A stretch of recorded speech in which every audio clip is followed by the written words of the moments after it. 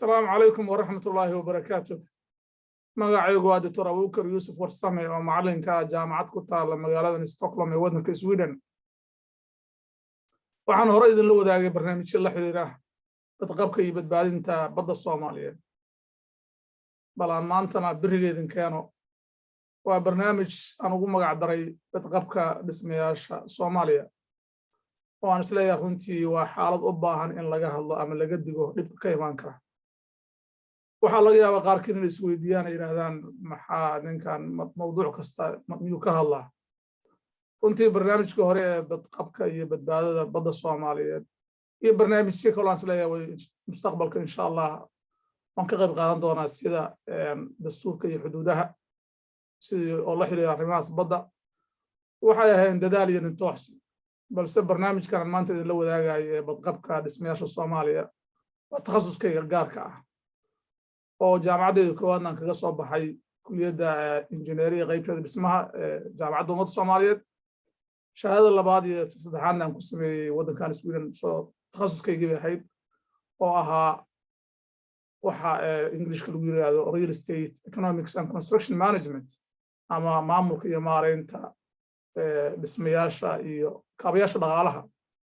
hadda barnaamijkii waa kana daawasho wacan. barnaamijkan aan ugu magac daray badqabka dhismayaasha Soomaaliya iyo ama Englishka lagu yiraahdo safety of buildings. waxaan isleeyahay waa barnaamij hadduusan soo daahin ku habboon waqtigan waayo dhismayaasha Soomaaliya ka socda dhaadheer iyo dhibka ka imaan doona ayaan isleeyahay aad ku iftiimisid haddii Ilaahay ii garto inaan intaa yartaa in la wadaago. barnaamijka qodobadan kaga hadlaya waxaa ka mid ah koow bal inaan wax yar ka iraado noocyada dhismaha. midda labaad inaan muujiyo muhiimadda badqabka dhismayaasha taabagelinta dhismayaasha ayaa ka qayb qaata. baahida dhererka dhismaha maxaa keenay dhismayaasha badqabkooda inaan ka hadlo taasoo ah la xiriirta dhererka dhismaha sababaha keena dumista dhismaha iyo xog ururin la xiriirta badqabka dhismayaasha oo aan soo ururiyey iyo gunaanadkii insha Allah. noocyada dhismuhu waa fara badan yihiin ha noqoto deegaan sida musawirkan ka muuqata intoo kale ama ha noqoto hoteelo sida hoteelkan Doorbin oo xaafadayda hore Fiyaad ku yaala jaamacadda ummadda wasaaradda qorsheynta qaranka oo ka shaqeyn jiray sawirkan xamar dhawaan ka soo qaaday iyo warshadaha. sababtan suuradaas kala duwan u soo qaaday waxay tahay inaan muujiyo muhiimadda ay leeyihiin kala duwanaanshaha dhismaha iyo waxyaalaha u baahan in xoog la saaro waayo shaqooyinka lagu qabto waa kala duwan yihiin. arrimaha la xiriira dhismaha u baahan yihiin waa kala duwan yihiin. dhismayaal waxaa jira aan u baahnayn in kor loo dhiso iyo dhismayaal ka bixi kara in kor loo dhiso. dhismayaal abuuri kara waxaa la yiraahdo noise ama inay abuuraan ama urf ama sharqan ama waxyaalo aan xaaladda u fiicnayn deegaanka oo u baahan in laga fogeeyo meelaha dhismaha ah oo waddankan wadamada badanaa aad loo isticmaalo ama zoning wax la yiraahdo in la kala saaro dhismayaasha isticmaalkooda kala duwan yahay oo meel warshad lagu soo saaro waxyaalo qarxa ama waxyaalo dhibaato keeni kara ama chemical ah inaan laga dhisi karin meel bulsho dhexdeeda ah. haddii mool laga dhiso magaalada xaafad dhexdeedna uu keeni karo sidaas oo kale maxaan ku radaa traffic aad u badan iyo gaadiid aad u badan oo u baahanayo wadooyin iyo kaabayaal dhaqaale. marka sababtaasay muhiim u tahay inaan dhismayaasha aan ogaano meelahay ku habboon yihiin in laga dhiso iyo qaabka u habboon yihiin in loo dhisaba. haddaan marka wax yar ka iraado badbaadada iyo badqabka dhismaha muhiimaddeeda musawirada ka muuqda dhinaca bidixda ayaa runtii aan idin iftiimin doonaa wax yaro ka mid ah. laakiin waxa aan muhiima in horta hore aan ogaano khasaaraha ka yimaada dumista dhismayaasha waa mid nololeed iyo mid dhaqaale intaba oo aad runtii saameyn weyn ugu yeesha dadkii ay ka dhinteen dadkaas eheladaas ama dadkii meeshaas dhibkaas wax kasoo gaara maahane ummadda kale intaa waayo kharash badan iyo soo kabasho badan ayay u baahan yihiin. ugu yaraan ilaa 300 oo qof dhawaad ka badan ayaa ku dhintay ilaa sanadkii 2020 ilaa horaantii sanadkan. waa adduunyada markaan ka hadlayo inta inay ka badan yihiin baa laga yaabaa. dhismihii ugu badnaa marka laga reebo dhismihii argagixisada ahaa dhismihii magaalada New York diyaaradaha loo isticmaalay waan la xiriirin dhisme siis ahaan u dumay waa dhismaha ugu khatarsan waa dhismaha bidixaas ka muuqda oo ahaa dhisma Rana Plaza la yiraahdo mool meeshaas ku yaalay oo sanadkii 2013 ku dumay way ku dhinteen 134 qof 130 qof dad ka badan ilaa 2500 qofna dadka u dhaafay inay ku dhaawacmeen oo runtii oo noqday textbook waxyaalo laga barto dhibaatooyinka dhismaha ama marka la dhisayo ama isticmaalkooda ama wax kastoo laga hadlayo ka imaan kara dhismahan ku xiga waa dhismihii maxaan ku radaa waddanka Mareykanka u dambeeyay oo asagana dhimashadiisu ay ahayd ilaa 100 qof ku dhawaad oo qayb ka mid ah duntay haddaan fiirino waddanka noogu dhow isla tusaalahan oo ka soo qaadan kartaa waddanka Kenya oo ilaa 200 qof ay ku dhimatay 10 sano ugu dambeysay dhibaatooyinkaas haddaba dhismayaasha la xiriira oo u badan dumis qayb guud ahaan sida dhismahan bidixda ka muuqdo kale meeshaan inta ku wareegsan tahay xariiqda cas waa sidoo ahaa markii dambana waa inta maqan waa qayb ka mid ayaa duntay waxaa dhici karta dhismayaal Barzambio ay tusaale ahaan dab qabsada oo qayb ama dhismaha wax ka badan ba waxyeela sida dhismihii dhowr sano ka hor magaalada London oo dad badan ay aad ugu baabi'een dabkaas waxaa kaloo jirta dhismayaasha ayagoo taaganba sidoodaba dhisanba qasama inay dumaan caafimaad xumo la xiriirta dhismayaasha oo agabka lagu dhisa ama ka timaada oo qaab badanaa waa wax loo yaqaan sick buildings haddii maxaan ku radaa lagu dhiso material ama keeni kara chemical reaction ama cudurro ka dhalan karaan baa jira burburka sidiisaba ama dhismayaashu waa mid wuxuu ku yimaadaa mid soo jiitamayay oo inta muddo hore bilowday tartiib isu soo gaarayay maxaan ku radaa iyo mid marka la dhisaayo ama muddo kooban kadib dhismuhu oo dhammaaday uu dumo waxaa kaloo dhici karta Barzambio hadda masawirkan bidixda ka muuqdo kale waxaan filayaa masawir dhisma laga dhisaayay inuu ahaa masaajid la dhisaayay oo markii dhismihii uu socdo uu dumay Soomaaliya waqtigan waxaan xusuustaa waqtigii meesha xarunta ubaxa kacaanka dhismaha iyadoo la dhisaayo saas kale uu dumay dhismayaal marka way jiraan ayagoo markaa la dhisaayo duma ama ku wax yar kadib isticmaalkooda ku duma haddaba su'aashaas weydiinta waxay tahay maxay muhiimadda ay leedahay dhismayaasha maxay tahay dhismaha sida hadda ka arki doontaan diinteenu xataa aad bay maxaan ku radaa muhiimad u siisay badbaadada iyo badqabka dhismaha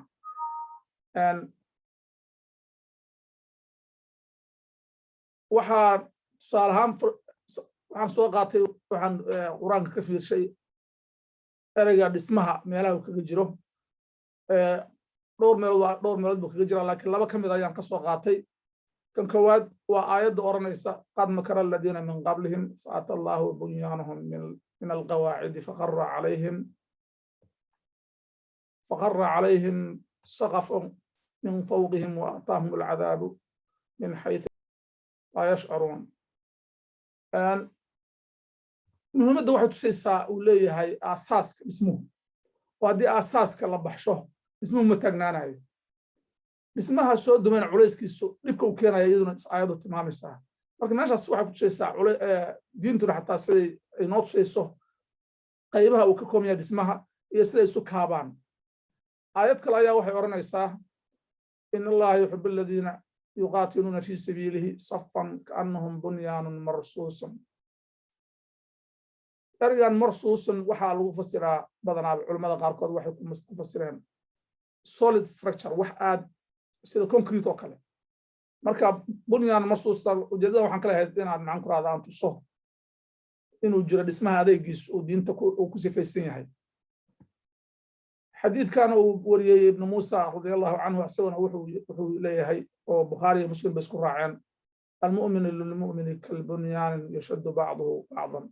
welibana wuxuu sheegayaa in markii nabigu calayhi salatu wasalaam uu tilmaamayo inuu gacmaha isgeliyey marka waxay kusiisaa xiriirka ka dhexeeya sida qaybaha ka mida dhismaha tiirka ha noqoto udubka ha noqoto ruufka saqafka ha noqoto solaayada ha noqoto waxyaalahaas dhan inay is haystaan oo si maxaan ku radaa adag oo badbaado ah marka tusaalayaashan waxaan usoo qaatay wixii wanaagsan baa ilaahay iyo rasuulkiisa tusaale usoo qaateen iyo muhiimadda ay leeyihiin marka taas ayaan usoo qaatay dhismaha muhiimadda uu leeyahay inay tahay wax qofku markuu dhisaayana inuu mas-uuliyaddaasi saaro waana dhismihii u horreeyey ama dhismayaalka badan ka horreeyey waa jireen markii nabi ibraahim iyo nabi ismaaciil ay dhagaxa dhigayeen xataa ducada raaciyey ilaahay maxaan ku rahdaa ay ka codsadeen inuu maxaan ku rahdaa inuu tawaabto waafajiyo marka dhismaha marka la samaynayo iyo dadka dhisayaba waa muhiimad inay ogaadaan dad naftood iyo noloshood inay mas'uul ka yihiin yaa ka qayb qaata marka dhismayaasha iyo taabgelintooda waxaa ugu horreeyay milkiilayaasha marka hore soo ayagu fikradda in wax loo dhiso ama wax dhistaanba keena kabacdi naqshadeeye ama architect ayay u tagaan wixii u sameeya waxaa la siiyaa ogolaansho hubintaas lagu sameeyo injineer baa haddana wuxuu u design gareeyaa ama u diyaariyaa qaabkii wax loo dhisaayey contractor ama qof dhisma ah qandaraasla ayaa qaata ilaa finalka oo ah hubinta dhismaha qabka dhismaha iyo meeshaan isleeyahay waa muhiimadda aan u socdo marka saddexdaas heerar oo kala duwan ayuu maraa heerka koowaad waa xilliga naqshada oo hubin u baahan iyo taabgelnimada dhismaha waayo qofka wax dhisaaya naqshadaynaya ma aha qofka wax dhisi doona marka muhiimad bay leedahay in waxa naqshada qofka uu samaynayo inay tahay suurtagal ma tahay maxaa dhib oo ka imaan kara la isweydiiyo waqtiga dhismahana in hubin lagu sameeyo kormeer waxa la dhisayo sida qaabkii loo dhisay qaabkii naqshadii inay waafaqsan yihiin wixii badbaadada iyo nabadgelyada dhismahaas iyo dadka degi doonaba taabanaya taasoo iyadana hadhow fasaxa xataa loo raadiyo inta degitaanka uusan bilaaban oo wax la yidhahdo maxaan ku rahdaa bermit loo helo in marka intaan la deginin xilliga deganaanshahana waa in dayactir aad iyo aad loo sameeyaa oo la hubiya isticmaalka inaan la bedelin badanaaba sidaan tusaalada tusi doono waxyar ka bacdi waxaa dhacda badanaaba dhismahaas wixii loogu talagalay haddii la bedelo isticmaalkiisii in qaabkii uu culayska loogu talagalay wax iska bedeli karaan marka taasna muhiimad bay leedahay waxaa daba isweydiin la maxaa baahida dherarka dhismaha waana midda mashruucaan igu dhalisay ama barnaamijkan fikirkaana inaan ka hadlo waayo xamar ayaan waxaan tegey sanadkan bilowgiisii sanadkan dhammaadkiisii sanadkan bilowgiisii January dhismayaasha ka socda runtii markaan arkay ayaan waxaan sidii bal waxaan dhibaato ka imaan kartaa maxay tahay waayo dhismayaashu 50 sano 100 sano ayay jiraan cumrigan ka badan taasoo imaan karta in maxaan ku rahdaa inta aan nool lahay aan arkin dhibaatadaas balse ay dhici karto markii ilaahay noo ofsado kadib ama generation kadib dhibkii uu dhaco ilaahay naguma keenay mana rajaynayo inay ilaahay dhibkaas nagu keeno balse waa wax u baahan taxaddar dhismayaasha badanaaba kororka dadka aad ayuu magaalooyinka aad u batay ayaa koow ka ah oo sida aad ka arkaysaan chartigan kore 46% dadka hadda magaalooyinka ayay soo galeen ama ku badan yihiin marka taas waxay keenaysaa in baahi badan ay timaado oo maxaan ku rahdaa kor loo dhiso dhaqaalaha dadku haystaan nololkiisu kordhay xoogaa dadka income baa soo galay oo markii dhaqaaluhu dadku soo kordhana baahidoodu waa badataa iyo dhulka qayb waxay u baahan yihiin iyo dhulka isticmaalanba baahidaas deegaanka iyo tan ganacsi ee goobaha qaarkood ee kordhay waxaa kaloo sii culaysinaya markii wadooyinka iyo magaalada banaankeeda ay adag yihiin ama nabadgelyada daraaddeed in markaas meelo gooni ah sida masawirkan dhexda ka arkaysaan uu ku bato dhismayaasha dadku ama ganacsiga sida bakaaraho kale ama xaafadaha hodan iyo inta qaybo badan ka mid ah ama xaafadaha airportka u dhow sida maxaan ku rahdaa buulaxooga iyo xaafadahaas oo aan soo arkay dhismayaashooda runtii aan la yaabay qiimaha dhulka oo qaarkood xataa uu ka qaalisanaa magaalooyinkan waaweyn ee Yurub iyo North America markii laga hadlayo square meter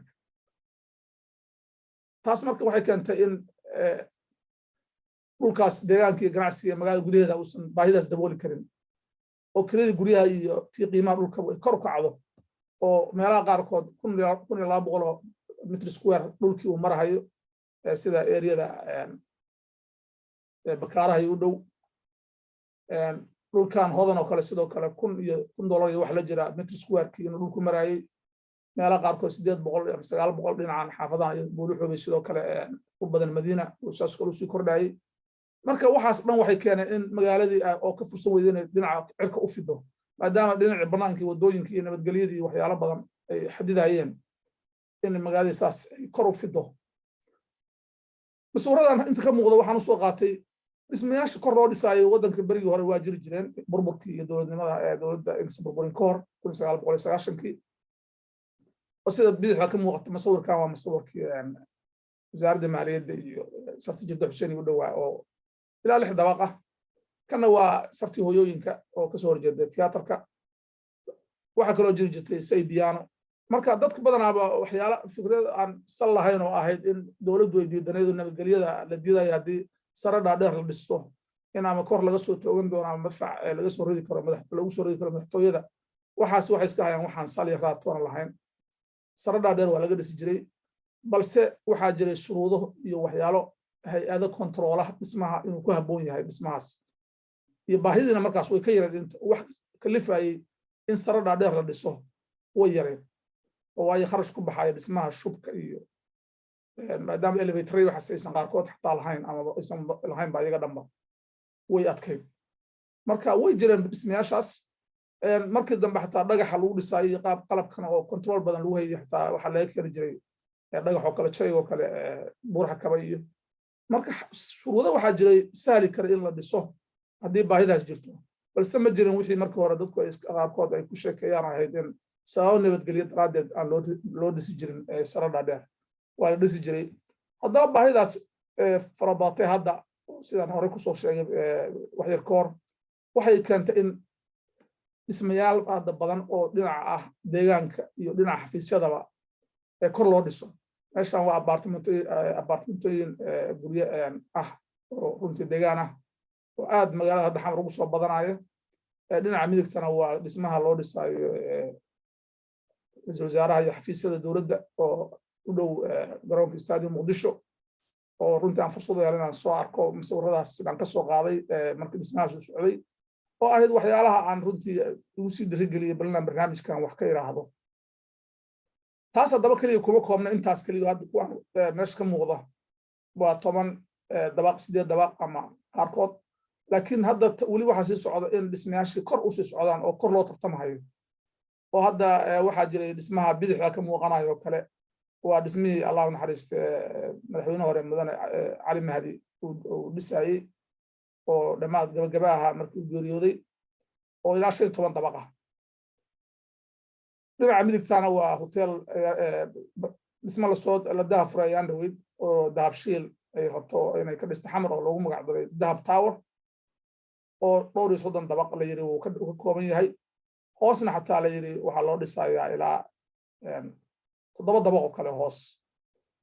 marka baahida iyo dhibka ka imaan kara iyo waxyaalahaas balleerto inaan wax ka iraahdo ayaa barnaamijkan daaran yahay maaha inaan dhismahan kordhaayay iyo horumarkan waa wax loo hambaliyeeyo balse inaan wixii khatar ka imaan karana la dayalsan ayuu barnaamijkaygu daaran yahay laakiin waa barnaamij dhismayaal iyo horumar mudan soo dhaweyn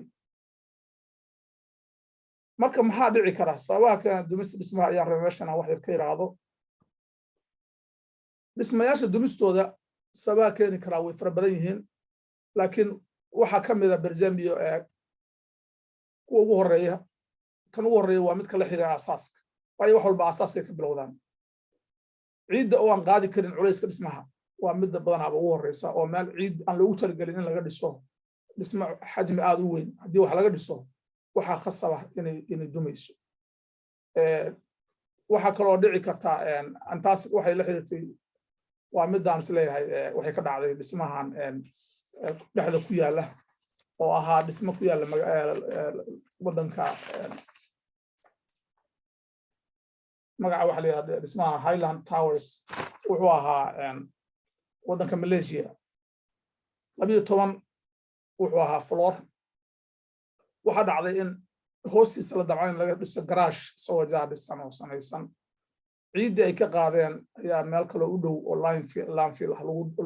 lagu daadiyey ciidaas oo culays badan dhulkaas markay u keentay biyihii hoos dhulka hoostiisa marayay ay waxyeeleeyeen dhismihiinu saas ku dumay ilaa iminka labada dhismo kale oo ka dhinac taagnaa towerskaas sidoodiiba wax weyn ghost wax degan ma leh dhismahan kore waa dhisme la yiraahdo Lotus Riverside compound oo Shanghai magaalada Shanghai waddanka China laga dhisay block 7 baa la yiraahdaa oo wuxuu ka mid ahaa dhismayaal badan oo 13 dabaq ah oo meeshaas laga dhisay si ujeedaanba dhismihii isagoon intact waxba ka dumin ayuu dhinac u jeesaday waayo waxaa keenaysay aasaaska ayaan qaadi karin aasaaska aan qaadi karin culayskaas dhismaha daraadeed dhulkii hoose ma duminin laakiin aasaaskii ma qaadi karin marka dhismihii dhanba dhinacaas buu jiirsaday dhismahan dad badan kuma dhiman oo ilaa hal qof baan filaya inuu ku dhintay laakiin kan dad badan baa ku dhintay ilaa 40 iyo 50 dad u dhaafaaye baan filaya inay ku dhinteen waxa kaloo sii weeliye markaa oo dhismayaasha keeni kara dumistooda waa culayska dhismaha oo aan la tixgelinin culayska qaybaha dhismaha kow waa in la tixgeliyaa meeshan waxaana shub iyo dhismaha la isdul saaray culays bay keenayaan waa waxa loo yaqaano dead load birta shubka shamiitada waxyaalahaas dhan shayga waxa iswato meeshaas laga dhisay culays bay keenayaan marka culayskaas in la tixgeliyo culayskaas oo u sii marahaya tiirarka dhismaha ka bacda taraabooyinkan wax la yiraahdo dhigaha Soomaalihan eray kala hadaan ku yiraahdo ma garanayo ilaa ay ka gaaraan aasaaska hadduu si fiican u qaybin culayskii waxa dhici karta sida dhismiyahan kuwaad aan tusayo in dhismihiiba uu dhinac u dhaco ama dumaba culayska kale waa culayska la yiraahdo life load waa culayska agabka iyo hawsha loogu talagalay waayo haddii dad iyo alab iyo xafiisyo iyo maxaan ku radaa ay meesha yimaadaan isticmaalayaan dhismihii waa culaysyadaas kuwa keenaya maxaan ku radaa ayaguna culays gooniya oo life load ah oo dhaqdhaqaaqayo aan meel ku sugnayn marka laftooda waa in qaab miisaaman loo ogaadaa meesha hadba culaysku saaran yahay meeshuu korayo waayo haddii culayskaas uu koro meelaan loogu talagelinin wuxuu keeni karaa dhib wayna dhacdaa dhismayaal badan oo sabab u noqday dumistaas oo tiir aan loogu talagelin culays badan qaado in culays badan la saaray kasoo qaad dhismaad samaysay dhismahaas waxaad ugu talagashay inuu ahaado meel makhaayada dad baa isticmaala dadka culayskoodu meel hal meel ma taagna waa socdaan miisaska iyo marka laga reebo balse kasoo qaad inaad meesha u bedeshay maktabad ama library ama bakhaar culays joogta ayaad meesha saartay marka culayskaas wuxuu keeni karaa dhib gooni ah culayska kale waa culayska cimilada sida dabaysha iyo biyaha iyo barafka iyo dhulgariirka iyo la xiriira oo haddii wadamadan qaboobaha oo kale baraf baa dul fuulaayo waa in barafka lagu talagalaa haddii dabaylay jiraan waa in lagu talagalaa haddii biyo dhinaca oo kaga imaanaya jiraan iyo dhulgariirka ilaa iminka Soomaaliya xaggeeda way ka ladan tahay oo meelo yar mar dhinaca Boorame ka dhacay maahan badanaaba xataa ma filayo naqshadaheena inaan u daro adkaysi la xiriira dhulgariirka tan sidoo kale barafka iyo iyaduna ma tixgelin badan ma siino mana waayo wadankeenu waa wadan cimiladiisu aad u fiican tahay tan dabaysha way imaan kartaa in la tixgeliyo marka hadda dhismahan bidixda oo kale haddaan idin muuqda wuxuu ahaa dhismo la yiraahdo New World Hotel Singapore wadanka ayuu ahaa hal daqiiqo gudahood ayuu dhismahaas ku dumay 1 minute wuxuu ahaa dhismo 8 dabaq ah waxaa la hilmaamay oo injineeradii ay markii ay naqshada sameeyaan inay culayskan dead loadka ay ku daraan xisaabta marka karakan dhismihii waa iska dumay maalinba maalinta ka dambeysaba xogaa sii dilaacay ilaa markii dambe uu gaaray meeshii ugu dambeysay oo wax yar oo korka la saaray maxaan ku radaa qaboojiyaal iyo culays kale oo loogu talagalay la saaray ayaa waxay bilaabeen in dhismihii uu dumo muddo hal daqiiqo gudahood dhismahan u dambeeya hoosta oo midigta ka muuqda waa dhisma isaguna aad iyo aad runtii wax looga qoro oo wax la yiraahdo Sambung Department Store wadanka South Korea magaalada Seoul ayuu ahaa ilaa 502 qof ayaa ku dhimatay dad 1000 qof ku dhawaan way ku dhaawacmeen sababta uu lahaa muhiimad gaar ah waxay ahayd kow marka sharciga la khilaafo qaabka wax loo dhisaayo oo dadkii dhismahaas marka hore wuxuu loogu talagalay 4 dabaq u ahaa oo loogu talagalay deganaansho waa la bedelay ninkii iska lahaa waxay u bedeleen in laga dhigo department oo 5 dabaq hal dabaqna lagu daro waliba dabaq kuwa 8 restaurant laga sameeyo marka wixii markii ku talagalkii la bedelay culayskii maadaama hadda ay ka dhigaan apartment stores meelo maxaan ku radaa dukaamo ah waxay u talgaleen inay tuubooyinkii dhismayaashii tiirarkii waaweynaa kala durdurkiyaan xajmigoodana yareeyaan taasoo keentay culayskii uu qaadayay inuu dhismaha uu yaraaday oo tirar ku soo aaday inuu ka batay culays aan lagu talagelin meesha yimid wuxuu asaguna kiisaska aad daa'iminka lagu dhigaa maxaan ku radaa iskuulaadka waxaa laga barta marka laga hadlayo dhismayaasha sababaha kaloo keeni kara maxay yihiin dumista sidaan sheegay waa arrimahaas aan isticmaalka markii la bedelo oo aan maxaan ku radaa aan lagu darin bedelkaasna calculationka ama xisaabtii dayactir la'aan sida maxaan ku radaa hadda dhismaha midigta ka muuqdo kale dhismahaas hadda midigta ka muuqdo xamar ah oo aan intaan joogay masawirka aan ka qaaday runtii waxaad dareemaysaa inuusan hadduu deganaansho maanta uu yahay loogu talagalo oo aan dayactir badan lagu samaynin oo aan dib loo fiirin culayskii gaaray dhibkii gaaray inay wax dhibaataa ka imaan karto dhismuhu maaha inuu taagan yahay macnaheedu inuu safe yahay waa in xubin kastoo ka mid a saan sheegay dhismuhu xubno kala duwan buu leeyahay qaybo kala duwan buu leeyahay qaybahaas qayb kastoo ka mid ah la tixgeliyo culayska loogu talagalay ma qaadi kartaa isticmaalkii markii loogu talagalay isticmaal ka duwan ma loo isticmaali karaa midda labaadaan is leeyahay oo aan aad runtii waa tayo xumo agabka wax lagu dhisaayo sida birta shubka jayga iyo shamiitada meeshaan sawirkaa midigtaa sawir wuxuu ahaa jay aan dul istaagay gacanta markaan ku qaado saa u qaaday inta oon sii daayay inta gacanteeda ku hartay ayaa ka badnayd inta dhulka ku dhacday dhismahaasna waxbaa lagu dhisaya waa laga yaabaa inuu dhismayaal oo qaab kaloo siyaabo kale loo isticmaalo laakiin dhisman shay noocaas ah ama markii wax lagu dhiso ama shamiito dhacday lagu dhiso ama bir aan ahayn bir fiican oo ama dadku badanaaba xataa bir jilicsan bay ka jecel yihiin laakiin jileecii macnaheedu ma aha haddii la laabi karo inuu badbaadada fiican tahay dhib badan baa ka imaan karaa ma rabo inaan details u galo arrimahaas waa arrimo runtii u baahan farsamo badan iyo baaritaan badan birta iyo shubka wax lagu dhisaayo iyo shamiitadaba xataa biyuhu waa isarhaan biyo maxaan ku rahdaa cusbo leh waayo cusbadaas waxay wax u dhimi kartaa birta wax lagu dhisaayo waxaa kaloo waxaas la xiriiray tayo xumo dhinaca farsamada waa midda aad iyo aad runtii aan isleeyahay muhiimadda u weyn bay leedahay oo dhibka ugu badan uu ka imaan karaa iyadaysan jirin dayac la xiriira korjoogteynta waaba yaragtaan aan la hubinba meeshan waxaan filaya inuu ahaa masjid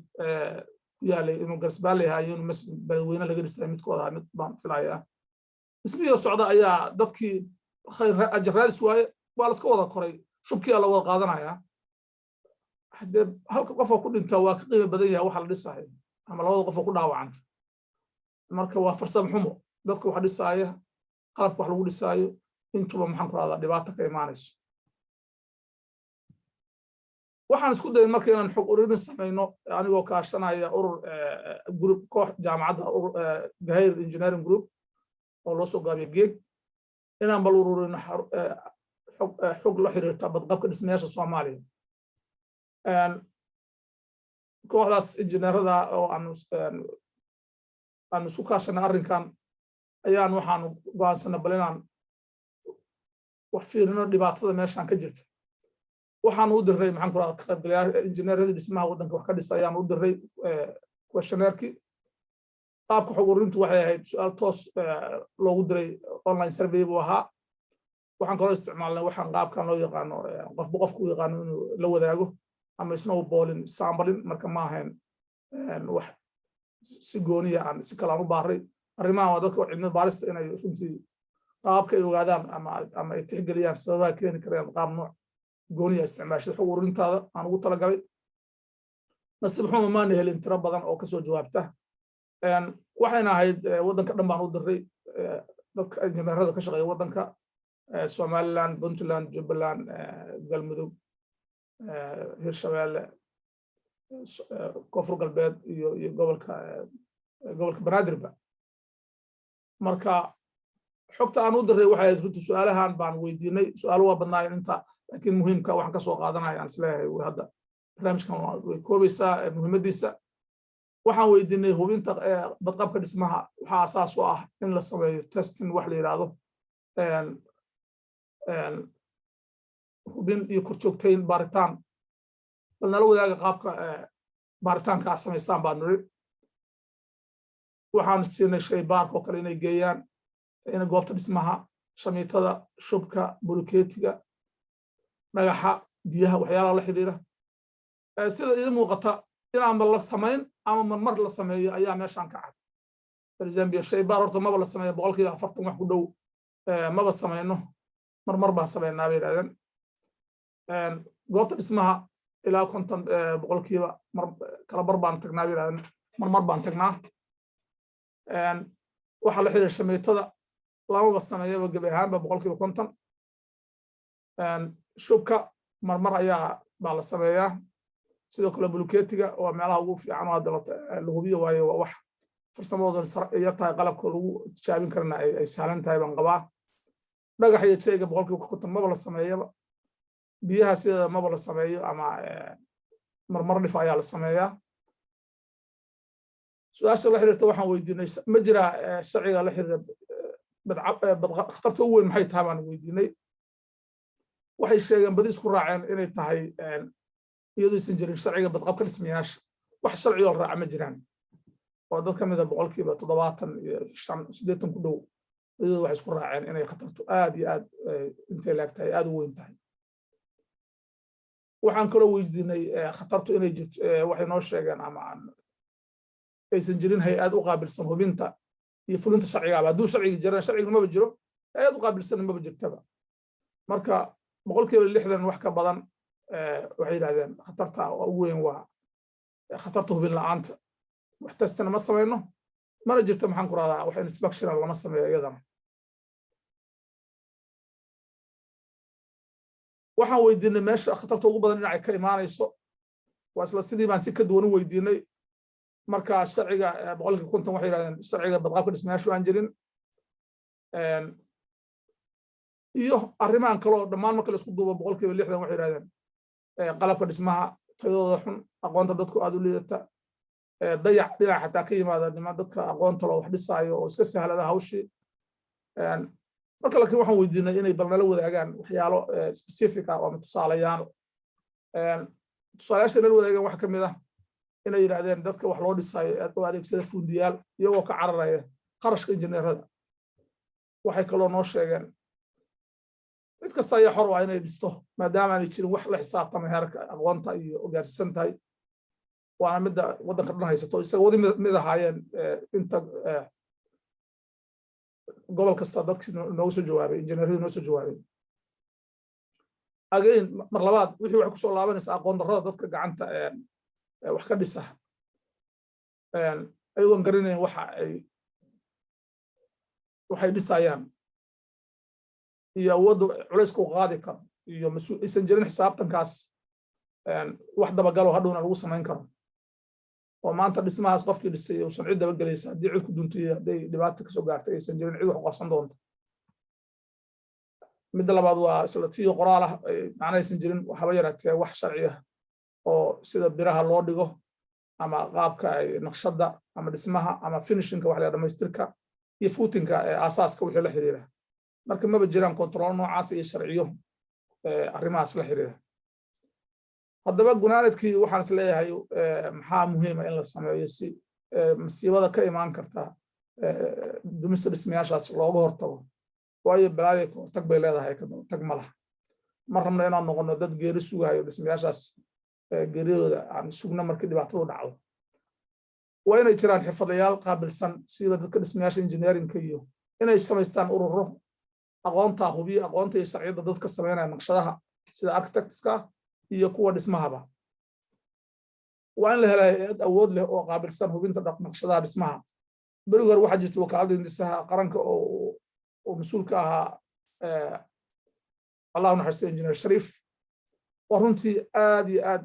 u hubin jiray inaysan dhicinin wax dhibaato dhismayaashaas ay keenaan waayo macallin jaamacaddu mu ahaa ma malayn kartaan culayska uu nagu saari jiray inaysan dhicinin qof aqoonta injineeriga ka baxay inuu sabab u noqdo bari inuu qof dhismo uu dumo ama qof dhibaato ka soo gaarto marka hay'adiisuna waad garan kartaan culayska ay saari jirtay inaysan soo daynin haba yaraatee naqshad aan la hubinin badbaadada dhismaha ay keeni karto